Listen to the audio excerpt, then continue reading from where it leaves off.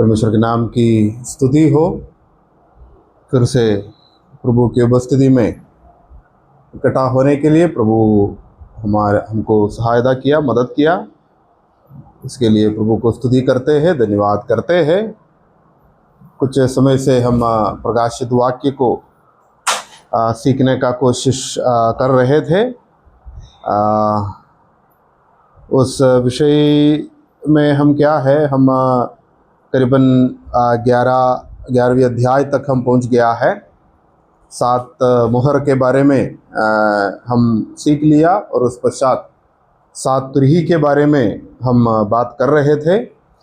और छठे तुरही के बाद 7वीं तुरही फूकने से पहले दोनों के बीच में एक मध्यांतर है, एक गैप है। उसके बारे में हम पिछले दिनों में हम मनन कर रहे थे। और उधर हम 10वें अध्याय का 1 से लेकर 11 तक जब हम देख रहे तो उधर एक दूत को हम देखते हैं, एक शक्तिमान दूत के संबंध में हम उधर पढ़ते हैं। और वो दूत के संबंध में हम देख रहे तो वो यीशु मसीह के साथ यीशु मसीह से मिलते जुलते हैं। वो सब बातों के संबंध में हम मनन किए थे। और उस पश्चात जब हम 11वीं अध्याय में आते हैं, उसका 1 से लेकर 14 तक जब हम देख रहे तो उधर क्या है, 2 गवाहों के बारे में हम कुछ बातें हम देख रहे हैं। उधर उससे पहले ये जो दूत जो है यूहन्ना से बातें कर रहे हैं कि क्या है, वो जो मंदिर को मापना है करके बता रहे हैं। वो मंदिर हमको पता है कि हमको क्या है, ये जो ये महान क्लेश के शुरुआत में, मतलब ये जो 17वीं सप्ताह, मतलब ये जो आखिरी जो 7 सप्ताह जो है जब शुरू होते हैं, उस समय क्या है, हमने जो पहले जो मुहर खोला तो एक दूत को हमने देखा जो सफ़ेद घोड़े के ऊपर बैठ रहा है। वो मैं बोला था वो शैतान खुद है। और क्या है, वो इधर आते हैं और शैतान के लिए, शैतान का जो काम चालबाजी हम देख रहे हैं उधर, वो क्या है, इस्राएल के साथ वाजा बांधते हैं और एक मंदिर बनाते हैं। और वो मंदिर के संबंध में हम उधर देखते हैं। उधर क्या है, यूहन्ना मापने का कोशिश करते हैं। जब माप रहे तो एक बात बोल रहे कि क्या है, पवित्र स्थान को छोड़कर बाकी जो है वो सब मापने के लिए बता रहे हैं। और हमने देखा कि उधर जो आंगन जो है, आंगन 3.5 साल तक अन्य जातियों रोंदेंगे, ये सब बातें हम उधर देखा था। और हम जो पवित्र स्थान को मापना है और जो क्या है, ये जो आंगन जो है वो छोड़ना है करके हम उधर देखा था। उस पश्चात हम क्या है, 2 गवाहों के बारे में हम देख रहे हैं।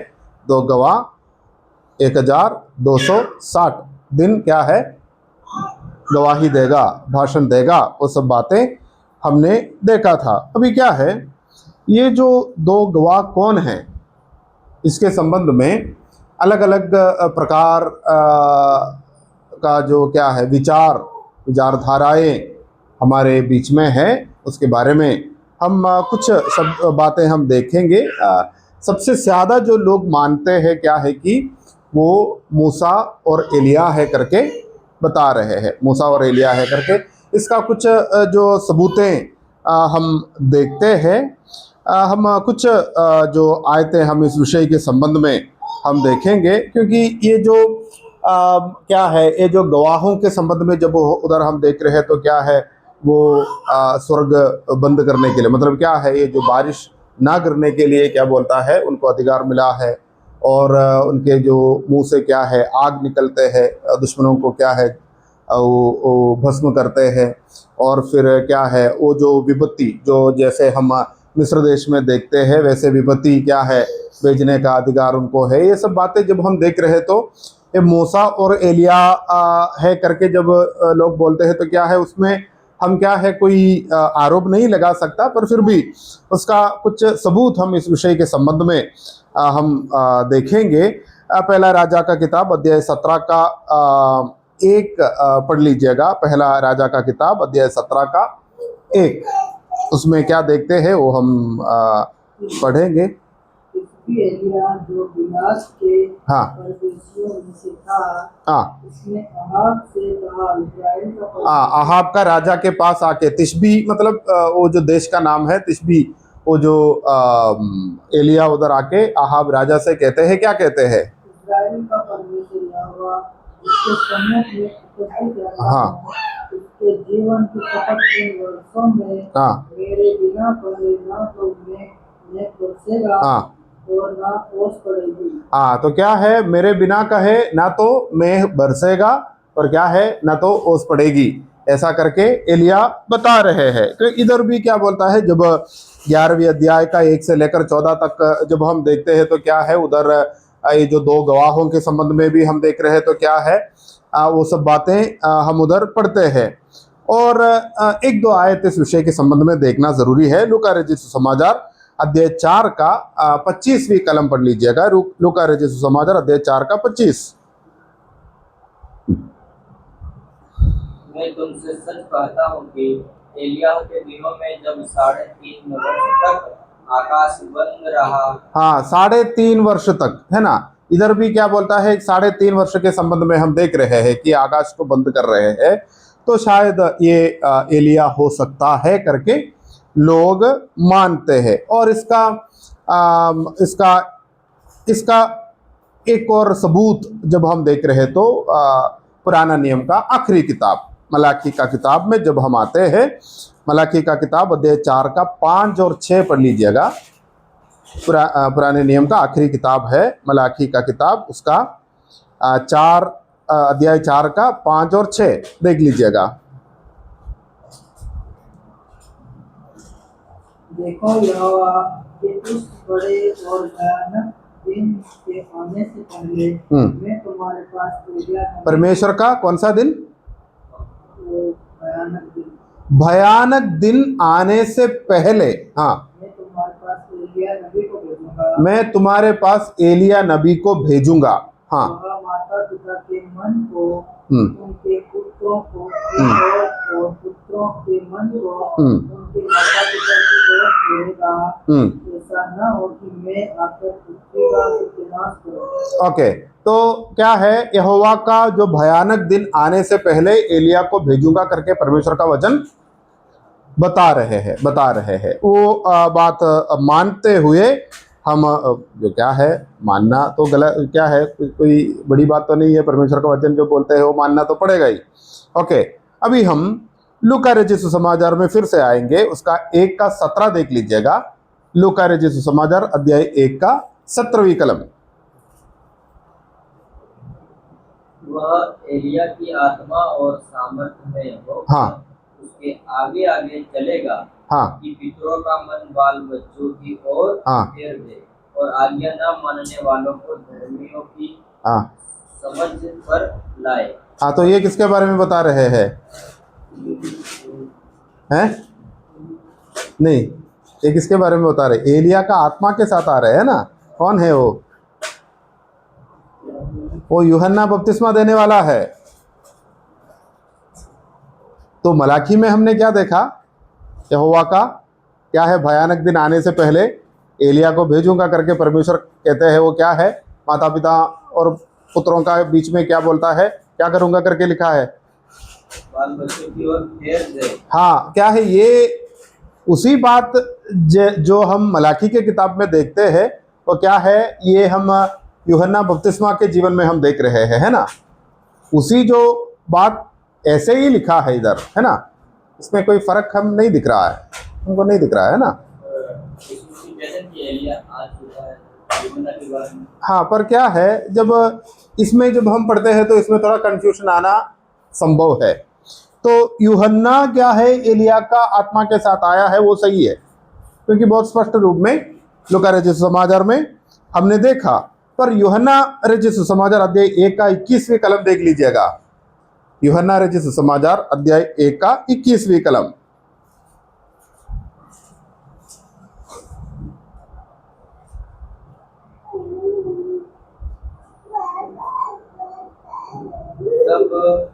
ने उससे पूछा, हाँ तो फिर कौन है? हाँ क्या तू एलिया है? हाँ उसने कहा, मैं नहीं हूँ। हाँ, तो ये कौन बोल रहा है? यूहन्ना बपतिस्मा देने वाला कहते हैं कि मैं एलिया नहीं हूँ, तो फिर तुम कौन है करके यूहन्ना से पूछते हैं। तो यूहन्ना क्या कहते हैं? मैं एलिया नहीं हूँ, नहीं हूँ, एलिया नहीं हूँ। तो जो जो लोग क्या है, ये जो दो गवाहों के संबंध में कहते हैं कि ये एलिया और मूसा है,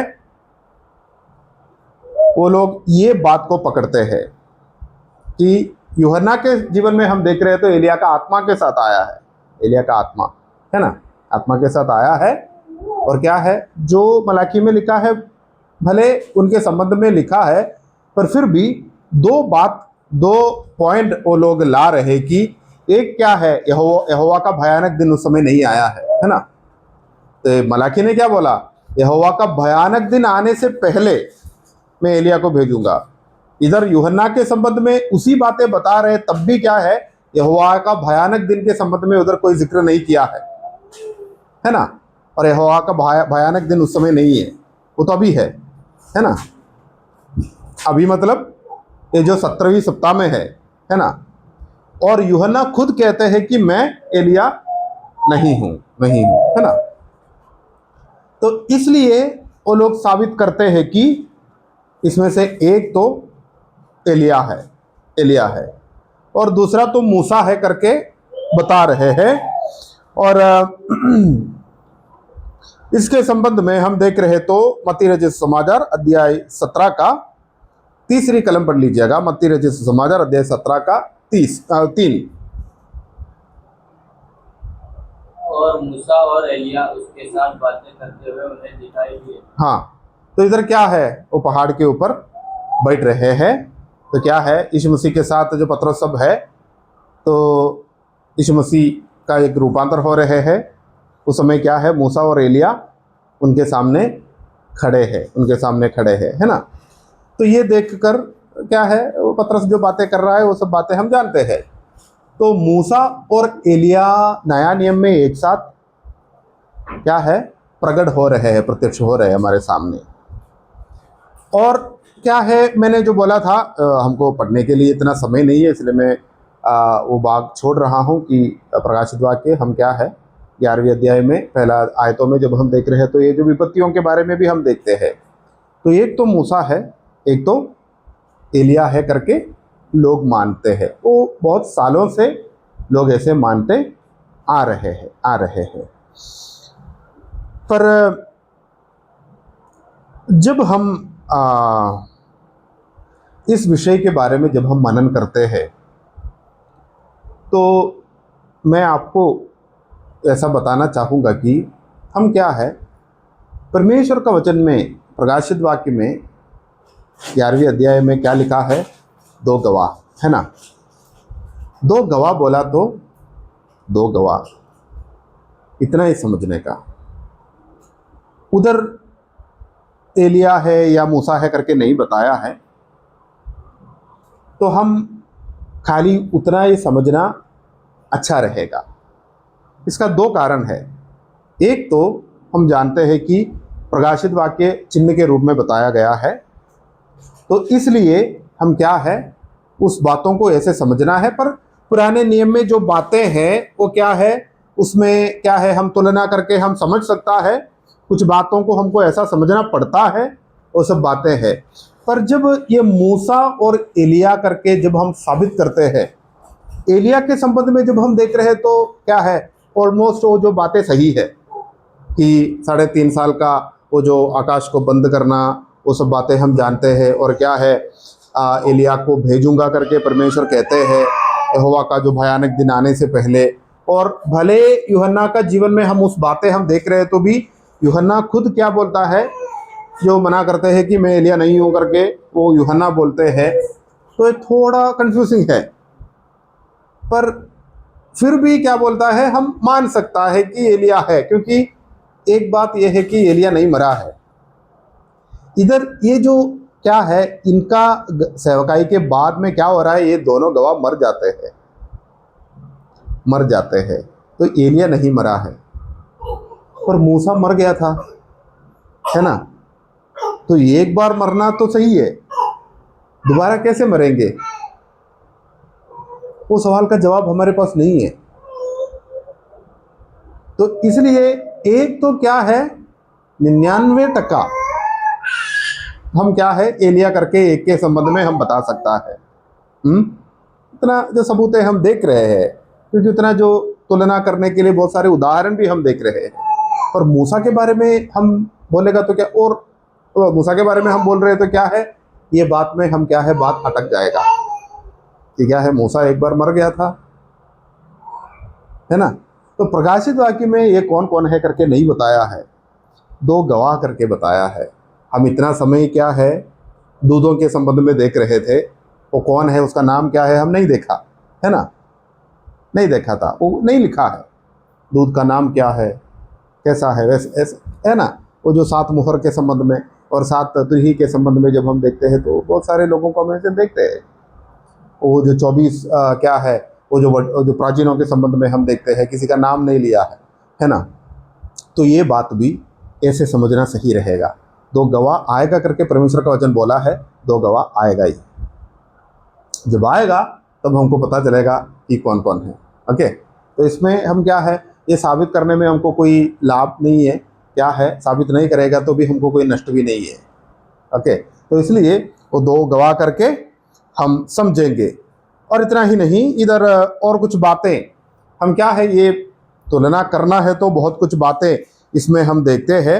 वो प्रकाशित वाक्य अध्याय 11 का 4 देख लीजिएगा। ये वे ही जैतून के 2 पेड़ और 2 दिवट है जो पृथ्वी के प्रभु के सामने खड़े हैं। क्या है ये जो मंदिर का जो क्या है उधर जैतून का पेड़ और क्या बोलता है एक दीवट के संबंध में हम उधर पढ़ते हैं। उसके संबंध में हम सकरिया नबी का किताब में जब हम जा रहे तो क्या है उधर सरुब्बाबेल और यहोशू जो महायाजक है वो सब लोगों के बारे में ऐसा बताया करके हम देख सकते हैं। क्या है ये सब बातें क्यों मैं बताया कि क्या बोलता है जो लोग 2 गवाहों के संबंध में क्या है वो एलिया है क्या है वो मूसा है करके बोलते हैं। ऐसे लोग ऐसा क्या है उदाहरण लाते हैं कि जरुब्बाबेल के बारे में, जब उस समय जो मंदिर तोड़फोड़ हो गया और फिर क्या है ये जरुब्बाबेल और असरा के सब समय में क्या बोलता है वो बना रहे हैं और उसमें क्या बोलता है ये जरुब्बाबेल को और यहोशू उधर का महायाजक है उनको दोनों को क्या बोलता है ये जैतून और क्या है जैतून का दृष्टांत और जो दीवट का दृष्टांत लेके उनके बारे में बताया है। तो इसलिए क्या बोलता है ये जो उदाहरण सब लेके लोग बोलते हैं कि क्या है वो मूसा और एलिया है करके, क्योंकि पुराने नियम में जो बातें हम देख रहे हैं उसका तुलना करके इधर हम देख सकता है। ऐसा बहुत सारे जो सबूत हमारे सामने है, सबूत मतलब उदाहरण हमारे सामने है, पर फिर भी जब ये जो कन्फ्यूजन का बात आते हैं तब क्या बोलता है जैसे लिखा है वैसे समझना ही सही है, क्योंकि ये सब चिन्ह के रूप में बताया गया है, चिन्ह के रूप में बताया गया है। ये सब बातें भविष्य में होने वाला है, जब हमारे सामने प्रकट हो जाएंगे तब हमको क्या है इसके संबंध में ज़्यादा जानकारी हमको मिलेगा। और इधर यरूशलेम के संबंध में क्या लिखा है, यरूशलेम के संबंध में और यरूशलेम के बारे में सोदोम और मिस्र करके यरूशलेम को बुलाया है ना। और जो 5 और 6 पढ़ लीजिएगा 11वीं अध्याय का। यदि कोई उनकी हानि पहुंचाना चाहता है तो उनके मुंह से आग निकलता है, उनकी बेड़ियों को भस्म करती है। हाँ, वो 2 गवाहों के बारे में बताया है। यदि कोई उनको हानि पहुंचाना चाहेगा तो अवश्य इसी रीति से मार डालेगा। हाँ, उन्हें अधिकार है कि आकाश हाँ, को बंद करे कि उनकी भविष्यवाणी के दिनों में न बरसे और उन्हें सब पानी पर अधिकार है कि उसे लहू बनाए और पानी को लहू बनाते हैं, मूसा करते हैं ना। पृथ्वी पर हर प्रकार की विपत्ति जाए। जब वे अपनी गवाही दे चुकेंगे तो वह पशु जो अकापुन में से निकलेगा उनसे लड़ और उन्हें जीतेगा और उन्हें मार डालेगा। उनके सब उस बड़े नगर के चौक में पड़े हाँ, उनके उनके डेड बॉडी के बारे में बता रहे हैं, दोनों मर जाएंगे, है ना। ओके, नगर के चौक में पड़े रहेंगे, जो आत्मिक रूप से आत्मिक रूप से सोदोम। सोदोम कौन सा है? हम लूत के इतिहास में हम देखते हैं सोदोम गोमोरा, है ना। आत्मिक रूप से यरूशलेम को उस समय क्या है? सोदोम, और क्या है? मिस्र कहेगा, क्योंकि इसराइल का पाप उतना बढ़ते रहेंगे।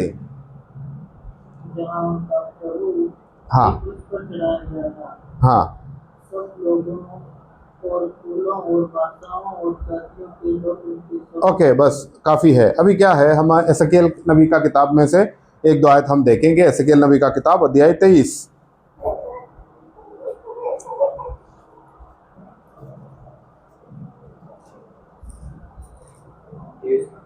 हाँ 23 का 3-4। वे अपने बचपन ही में वेश्या का काम मिस्र में करने लगी। हाँ, उनकी कौन? इसराइल के बारे में बता रहे, पढ़ लीजिएगा एक और बार। वे अपने बचपन ही में वेश्या का हाँ। काम मिस्र में करने लगी। हाँ उनकी शादियां कुंवारपन में पहले वही मिंगी गई और उनका मरण भी हाँ हुआ। हाँ, उन लड़कियों में से बड़ी का नाम ओहोला और उसकी बहन का नाम ओहोलीबा था। ओके, अभी 3 और 4 हो गया ना। अभी 8वीं कलम पढ़ लीजिएगा। जो व्यभिचार उसने मिस्र में सीखा था उसको भी उसने न छोड़ा, क्योंकि बचपन में मनुष्यों ने उसके साथ कुकर्म किया और उसकी साथियां मिंगी और तन मन से उसके साथ व्यभिचार किया गया था। अभी 19वीं कलम। इस पर भी वह मिस्र देश के अपने बचपन के दिन स्मरण करके जब वह वेश्या का काम करती थी और अधिक व्यभिचार करती गई। तो क्या है, ये सब बातें इसराइल के बारे में बता रहे हैं। इसलिए क्या है, आत्मिक रूप में इसराइल को मिस्र, मतलब जो यरूशलेम को मिस्र और क्या है सोदोम करके बता रहे हैं। और उधर हमने देखा कि ये जो 2 गवाह मर जाएंगे, मर जाने के पास कितने दिन, 3.5 दिन क्या है उनका शव क्या है उधर रहेंगे। तो उस समय क्या है, बहुत बड़ा त्यौहार मनाएंगे लोग, क्योंकि ये लोग क्या है, बहुत अच्छे जो सेवा तो करते हैं, और क्या है जो उनका विरुद्ध में आते हैं उसको क्या है, मुंह से जो आग निकलकर भस्म करते हैं, है ना। तो इनको पीड़ा तो देते, पानी को जो क्या है वो लाल रंग का मतलब रक्त बनाते हैं, वो सब बातें हैं। ये सब क्या है, लोग उनके विरुद्ध सोचने का कारण बन जाते हैं, क्योंकि ये इतना जो हमें सताने वाले लोग है ना, तो जब वो मर जाते हैं तब क्या होता है, बहुत बड़ा आनंद होते हैं। आपका लोग क्या है तोहफा देगा, है ना, वो सब बातें आपस में तोहफा भेजेंगे, ले लेंगे, वो सब बातें। 3 दिन इन लोगों का डेड बॉडी वो लोग देखेंगे, और उस पश्चात क्या होगा, उस पश्चात क्या बोलते हैं, जीवित रहेंगे और स्वर्ग में उठा लिए जाएंगे। उस समय क्या बोलता है, यरूशलेम में बहुत बड़ा भूकंप होने वाला है, भूकंप होगा। उस भूकंप में कितना लोग मर गया, 7,000 लोग मर गया है। वो बात हम उधर देखते हैं, 7,000 लोग मर गया। उस समय क्या बोलता है, यरूशलेम मंदिर का भी नाश हो रहा है। और हमने देखा था कि जब प्रभु यीशु मसीह वापस आएगा, उधर क्या है, दूसरा फिर भी एक मंदिर बना रहे, वो जो क्या है, सहस्राब्दी मंदिर है, मतलब जो 1000 साल प्रभु राज्य करेगा, उस समय यरूशलेम मंदिर फिर से बनाएगा। वो सब बातें हम देखेंगे कुछ समय को। ये जो देखो, ये सब बातें जब हो रहे हैं, मतलब ये जो 2 गवाह मर गया और 3.5 दिन के बाद वो लोग जी उठा, स्वर्ग चले जाते हैं, वो सब देखकर क्या है, कुछ लोग तो प्रभु को मानेगा, स्वीकार करेगा, पर क्या है, फिर भी कुछ समय के लिए है ये सब, क्योंकि इंसान का फितरत हमेशा ऐसा है। अभी क्या है, वो पूरा हो चुका है। अभी क्या है, अभी 7वीं जो तुरही फूकी जाती है, आखिरी तुरही, 7वीं तुरही अभी फूकने वाले हैं। 11वें अध्याय का 15 से लेकर 19 तक देख लीजिएगा। अध्याय 11 का 15 से लेकर 19 तक।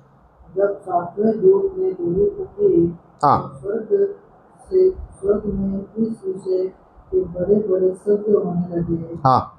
जगत का राज्य हमारे प्रभु का और उसके मसीह का हो गया और वह युगानुयुग राज्य करेगा। तब 24 प्राचीन जो परमेश्वर के सामने अपने अपने सिंहासन पर बैठे थे मुंह के बल देखकर परमेश्वर को दंडवत करके यह कहने लगे, हे सर्वशक्तिमान प्रभु परमेश्वर जो है और जो था, हम तेरा धन्यवाद करते हैं कि तूने अपनी बड़ी सामर्थ को काम में लाकर राज्य किया है।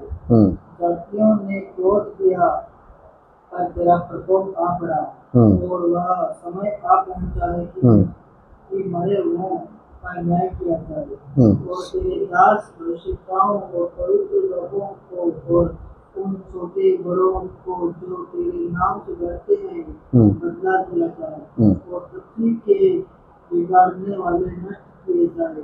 तब परमेश्वर का जो मंदिर स्वर्ग में है खोला गया और उसके मंदिर में उसकी वाचा का संदूक दिखाई दिया और बिजलियां और शब्द और गर्जन और भूकंप हुए और बड़े ओले पड़े। ओके। और अभी क्या है, अभी जो लास्ट जो आखिरी जो कष्ट के संबंध में हम देख रहे हैं, मतलब क्या है इधर, जो राज्य क्या है प्रभु यीशु मसीह को है करके बता रहे हैं। मतलब क्या है, हमको पता है ये जो 7वीं साल जब पूरा हो जाएगा उसके बाद यीशु मसीह आएगा, उसके बाद यीशु मसीह आएगा। अभी जो बातें इधर बता रहे हैं क्या है, वो यीशु मसीह जब आएगा तब तक होने वाले बातें हैं। यीशु मसीह का आगमन तक होने वाले बात है, भविष्य के रूप में हम उधर देख रहे हैं। हमको पता है कि इधर क्या है, ये जो 11वीं अध्याय का 15वीं कलम से लेकर, याद रखिएगा, ये जो 11वीं अध्याय का 15वीं कलम से लेकर 20वीं अध्याय का 3 तक, अध्याय 20 का 3 तक क्या है जो बातें हो रहे हैं, वो कुल मिलकर हमको क्या बोलता है, ये एक साथ हो रहे हैं ये सब बातें। ये जो आखिरी सप्ताह का आखिरी समय में ये सब बातें हो रहे हैं, भविष्य के रूप में ये सब बातें हो रहे हैं। तो हम आगे जाएंगे इस विषय में। अभी याद रखिएगा, ये प्रभुदा पूरा रीति से प्रभु यीशु मसीह क्या है 17वीं जो 1000 साल का राज्य जब वो शुरू करेगा तब भी ले लेगा। उससे पहले तक जो बातें हो रहे हैं उसके संबंध में हम अभी देखने वाले हैं। ओके। प्रकाशित वाक्य अध्याय 12 का 1 और 2 पढ़ लीजिएगा। 2 चिन्ह हम उधर देख रहे हैं। स्वर्ग में एक बड़ा चिन्ह दिखाई दिया, हाँ। अर्थात एक स्त्री जो सूर्य ओढ़े हुए थी और चांद उसके पांवों तले था और उसके सिर पर बाहर तारों का मुकुट था। वह गर्भवती हुई और चिल्लाती थी क्योंकि प्रसव की पीड़ा में थी। इधर किसको देख रहे हैं? स्त्री। एक स्त्री को देख रहे हैं। स्त्री कहाँ है?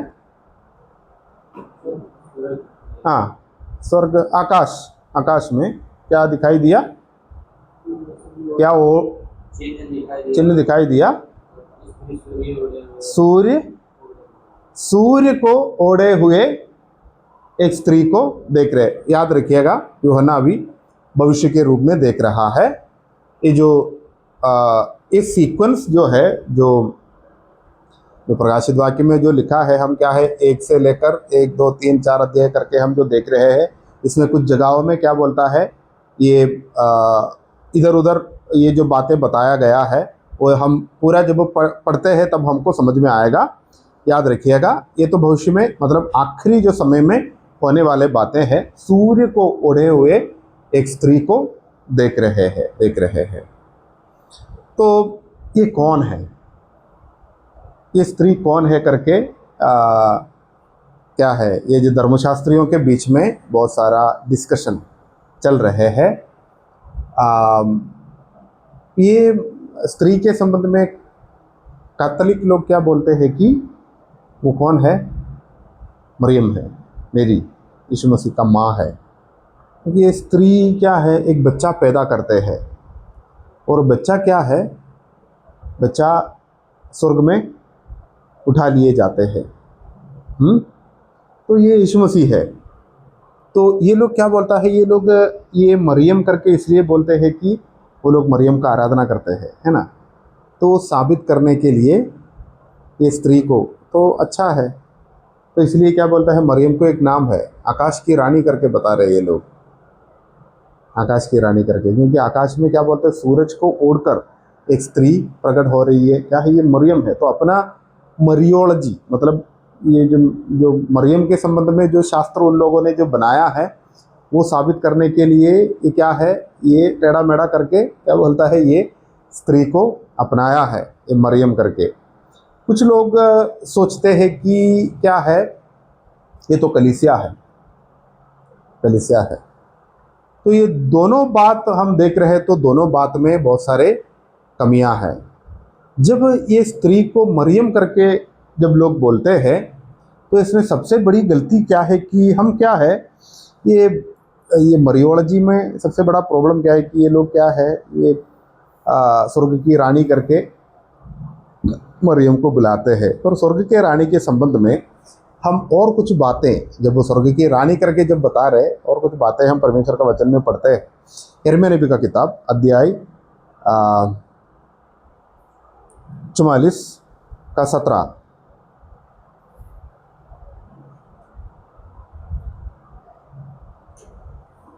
जो जो मन्नतें हम मान चुके हैं, हाँ उन्हें हम निश्चय पूरी करेंगे।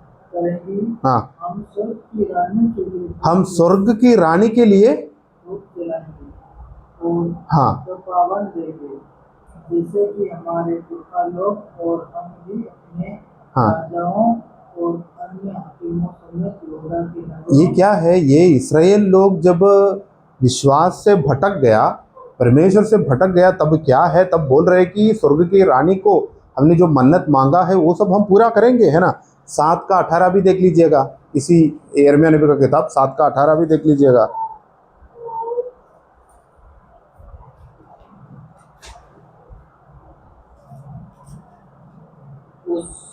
उस समय यहोवा उन मक्खियों को जो मिस्र की नदियों के सिरों पर रहती है और उन मधुमक्खियों को जो अशूर देश में रहती है सीटी बजा बुलाएगा। 7 का 18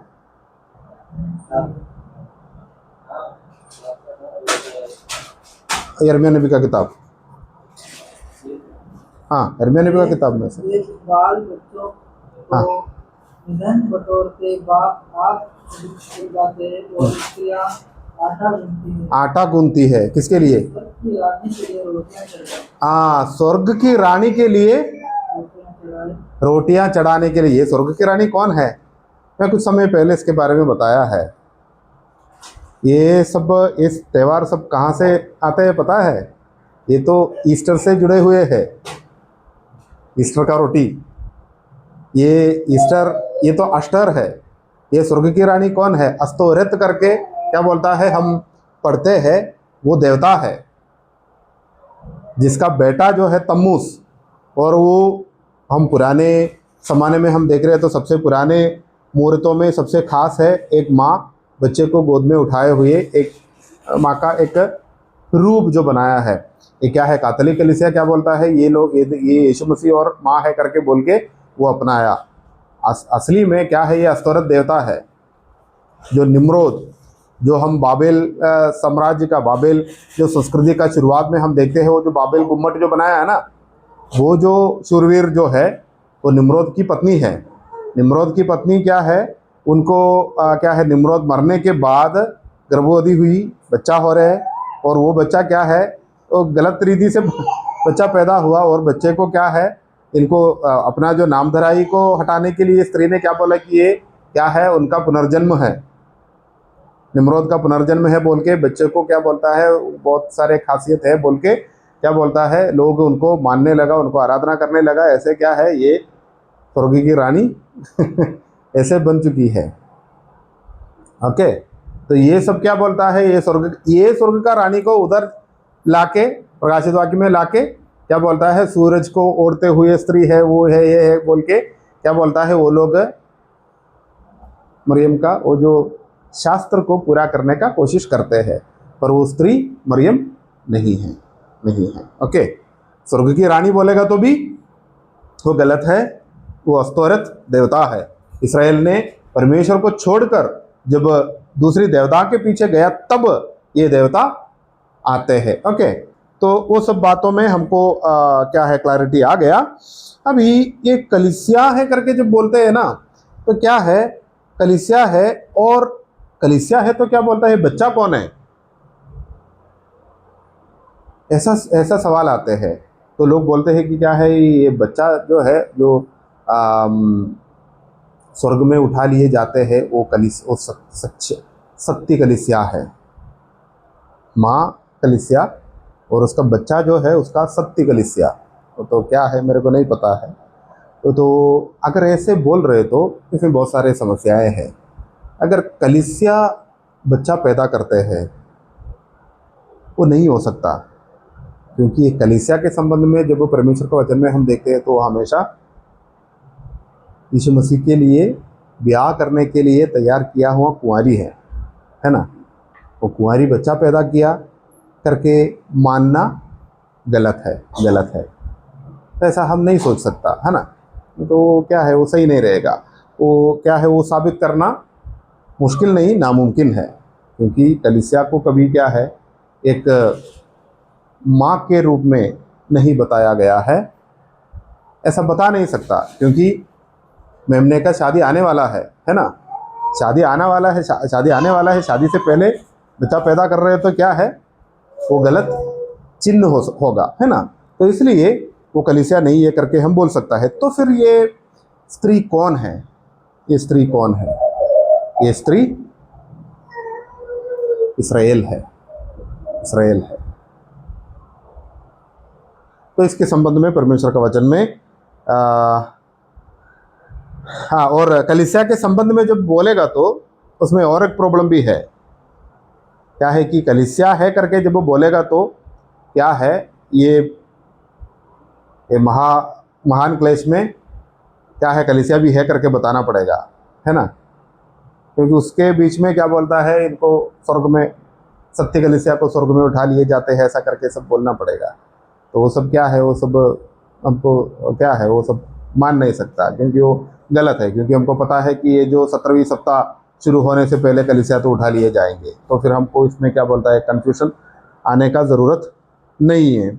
और ये स्त्री इसराइल करके इसलिए बता रहे कि क्या है, स्त्री सूरज को उड़ते हुए हम स्त्री को देखते हैं। तो पुराने नियम में हम देख रहे हैं तो यूसुफ का सपना इससे मिलते जुलते हैं। इसराइल का क्या है, एक संपूर्ण चित्रण है यूसुफ का सपने में हम देखते हैं। हम देखेंगे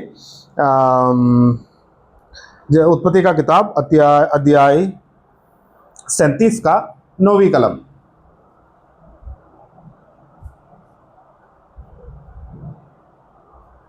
फिर उसने एक और स्वप्न देखा, हाँ, और अपने भाइयों से हाँ, भी यो वर्णन किया। हाँ, सुनो, मैंने एक और स्वप्न देखा है हाँ, कि सूर्य और चंद्रमा और 11 तारे मुझे दंडवत कर रहे हैं। हाँ, 12वीं तारा कौन है, ये खुद है ना। तो सूरज, चंद्रमा और 11 तारे उनको दंडवत कर रहे हैं। और उसमें क्या है, हमको पता है कि क्या है, उनका माँ बाप है और जो भाई लोग हैं, वो पूरा इसराइल का गोत्र का पिताओं का समय है ना। रूबेन, शिमयोन, लेवी, वो सब क्या है, वो बच्चों के संबंध में हम देखते हैं। वो तो ये पूरा का पूरा यूसुफ का क्या है, सपना से तुलना करके देख रहे हैं। तो ये स्त्री कौन हो सकता है, ये स्त्री इसराइल हो सकता है, और ये बच्चा यीशु मसीह है, यीशु मसीह है। यीशु मसीह जैसे स्वर्ग में उठा लिया गया, वो विषय का एक चिन्ह के रूप में, एक चिन्ह है, पहले याद रखिएगा, एक चिन्ह दिखाई दिया है ना। ये चिन्ह हमेशा क्या बोलता है, दूसरा कुछ चीज़ का एक क्या बोलता है, दूसरा चीज़ का एक हम बोलते हैं ना, एक साइन बोर्ड, साइन, एक क्या बोलता है, दूसरा एक विषय के संबंध में हमको संकेत देते हैं, सूचना देते हैं, वही चिन्ह है ना। यीशु मसीह भी ऐसे बहुत सारे चिन्ह किया है, अब चमत्कार भी किया है, चिन्ह भी किया है। चिन्ह हमेशा दूसरा एक सबूत का एक क्या बोलता है, एक सूचना है ना। तो इसलिए ये क्या है, ये स्त्री इसराइल हो सकता है। और इसराइल के संबंध में जब हम देख रहे हैं तो इसराइल को कई बार स्त्री के रूप में बताया है, एक बार नहीं। एक दो उदाहरण देख के हम आज का समाप्त करेंगे।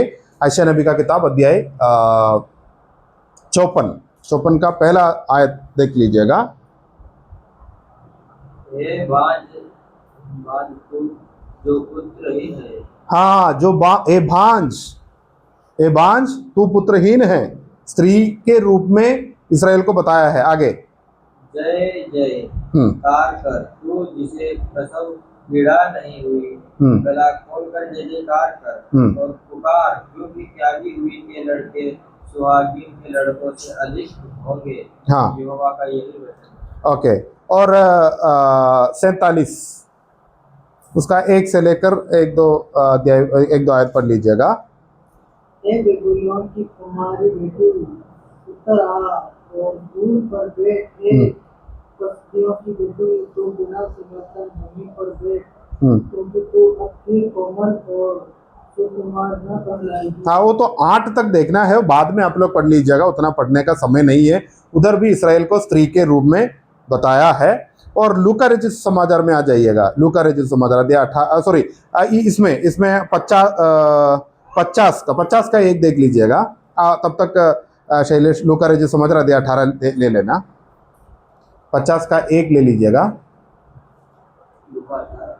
हाँ, पहले 50 का 1 पढ़ लीजिएगा, यशायाह नबी का किताब। तुम्हारी माता त्याग पत्र कहाँ है? हाँ, जिसे मैंने उसके त्याग के समय दिया। ये भी क्या है, माँ के रूप में बताया है ना। वो इसराइल को माँ के रूप में उधर बताया है। अभी लूका रचित समाचार अध्याय 18 का 1 से लेकर पढ़ लीजिएगा। फिर उसने इसके विषय में कि नित्य प्रार्थना करना और हियाव न छोड़ना चाहिए, इसे यह दृष्टांत कहा।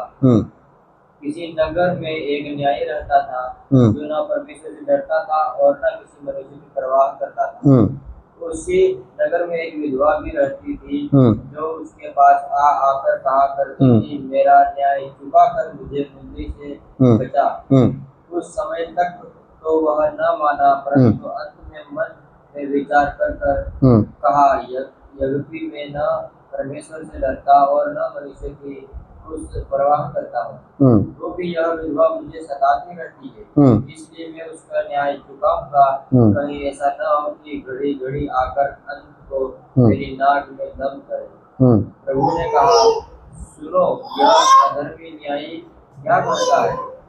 इसलिए क्या परमेश्वर अपने चुने हुए। इधर क्या है, एक विधवा के रूप में इसराइल को बताया है। और जब पूरा पढ़ते हैं तब समझ में आएगा, विधवा होना है तो शादी करना होगा, है ना। तो क्या है, इसराइल को हमेशा माँ के रूप में बताया गया है। उसमें और भी कुछ रेफरेंसेस मेरे पास है, पर वो पूरा पढ़ने का जरूरत नहीं है। पर एक खास आयत पढ़ के हम आज का समाप्त करेंगे। यशायाह नबी का किताब अध्याय 9 का 6 और 7।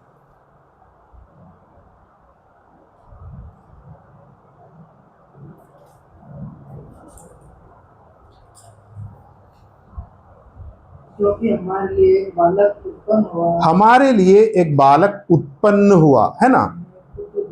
हमको एक पुत्र दिया गया। ओके, तो हमारे क्या है, हमारे लिए एक बालक उत्पन्न हुआ, हमसे एक बालक उत्पन्न हो रहे हैं। एक बालक उत्पन्न होना है तो वो स्त्री होना चाहिए, है ना।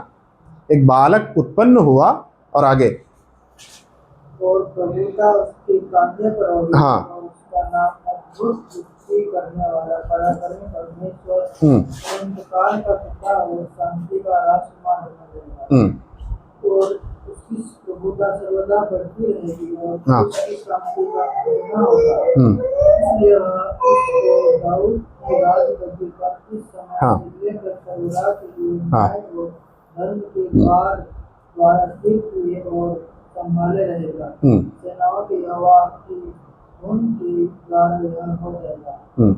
तो क्या है, तो ये सब साबित हो रहे कि क्या बोलता है, ये जो स्त्री जो है इसराइल है और वो बच्चा जो है यीशु मसीह है। उसके बारे में प्रभु अनुमति दे रहे तो हम अगले क्लास में हम डिटेल में देखेंगे।